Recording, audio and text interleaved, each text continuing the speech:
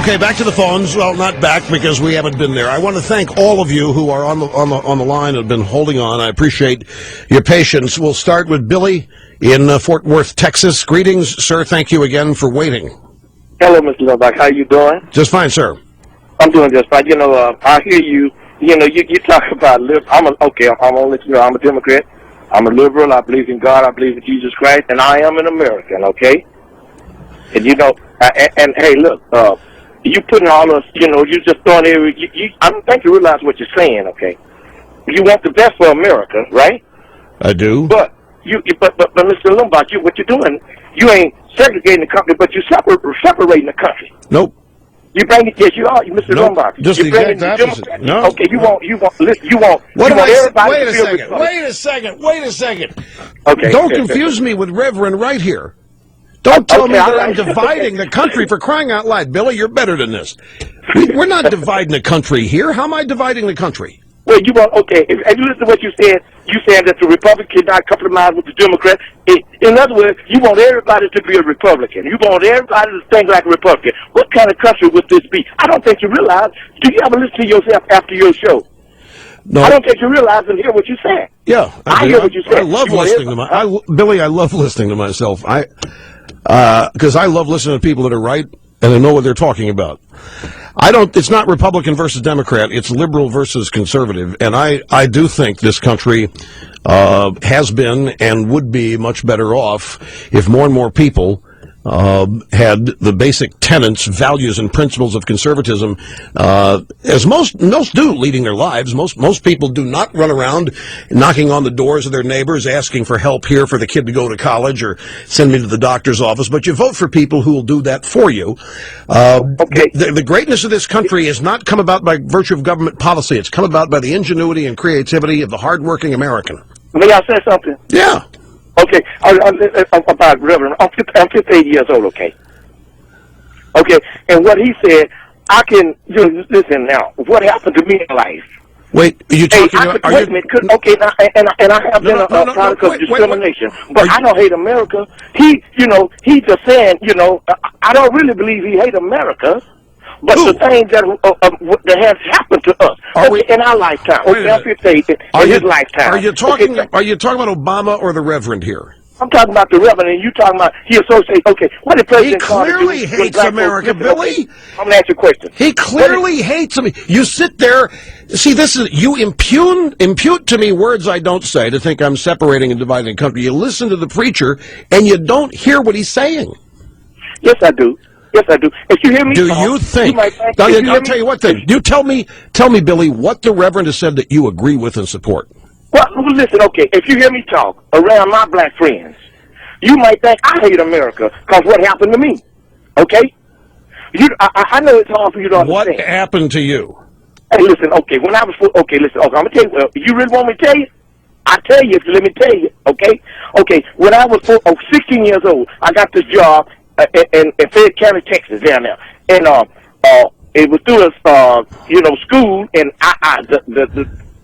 my boss paid me $1, and I had a classmate. We integrated in 1966 in LaGrange, Texas, and I had a classmate. He was white. My boss came to me and told me, said, "Boy, I want $1 to you," but he didn't say nothing about my white friend who he paid $1.25. Okay, and I'm telling. Don't get me wrong. That's just one bad answer. I'm gonna tell you a good thing happened to me in Fort Worth, Texas. Okay. Now wait a second. Wait just a second now, because I want to try to understand you. You got a job for $1, and a white kid came in and got $1.25. That's right, in 1966. And he came to me and told me that, hey, boy, I want $1 worth of work after you. But he didn't say anything to my white classmate who he was paying $1.25. All right. This happened in 1966, and I'm gonna tell you something good happened to me. Okay? Wait, wait a second. Let's just use that one example. Okay. Let me tell you about me. I have been fired. I've lost count 7 or 8 times. I have been told by white people that I wasn't good enough. I've been told I didn't have what it took. If I want to stay in radio, I should be in sales. I worked one time, Billy, when I was 30, get the years, from the time I was 38 to the time I was 43, and I was making $12,000 to $13,000 a year. I was the lowest paid guy, paid by white people. There were white people making more than I made at this place. It was hard. We've all had these obstacles, is the point. Now, you may say there hasn't been any racism in my past. Well, I can give you maybe not racism.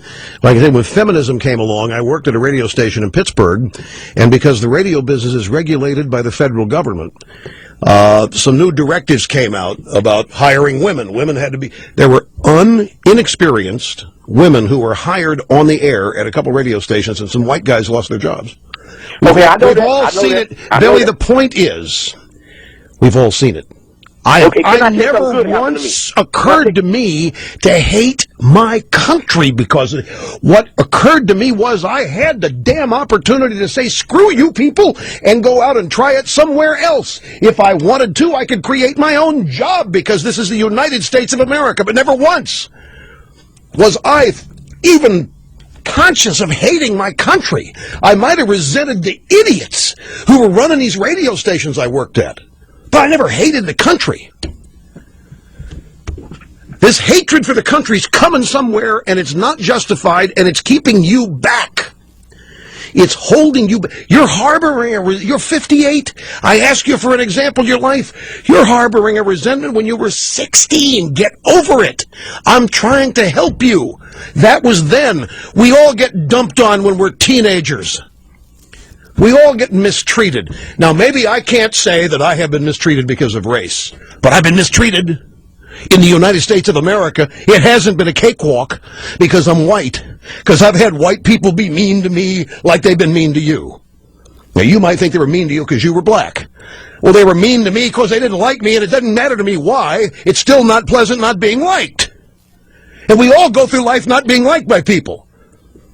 But you don't surrender the power to those people who don't like you to reshape your life in bitterness and rage for the rest of your days on earth. You only get one life, and you got to make the most of it. And with conservatism, you can. But if you keep relying on these fixers to go out there and make amends for what happened to you when you were 16, you're going to die as angry as you are today. You're going to die as unhappy as you are today. And you're going to get to the pearly gates, and they're going to say, why did you squander the life you were given? And you're going to be able to say, because I believed in Reverend Jeremiah Wright. And you're going to, by the way, where is he? And the pearly gates are going to start having to check the books because they may not be sure he's there. I'm telling you, this going on long enough here.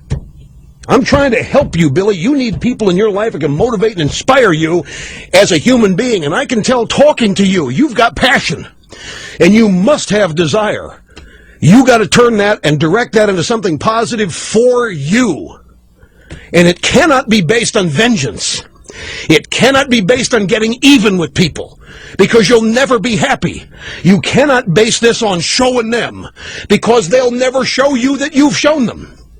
If they hated you then, they're going to hate you now. And the sweetest revenge, Billy, is success. But if you're going to go through life wanting those people that wronged you to apologize, if you're going to go through life wanting to show those people, and you want to see evidence that they realized that they wronged you, you're never going to see it. And you're giving people way too much power to define your happiness. Your happiness is essentially being defined by people you don't even have respect for, by people you don't even like. If I were you, I'd say to hell with you, racists. I'm going to find some people it's worth hanging around with, because they're out there. You're a good guy, you do good work, they'll be glad to have you. And the more work you do and the better you do it, the better compensated you'll be, because you will become valuable.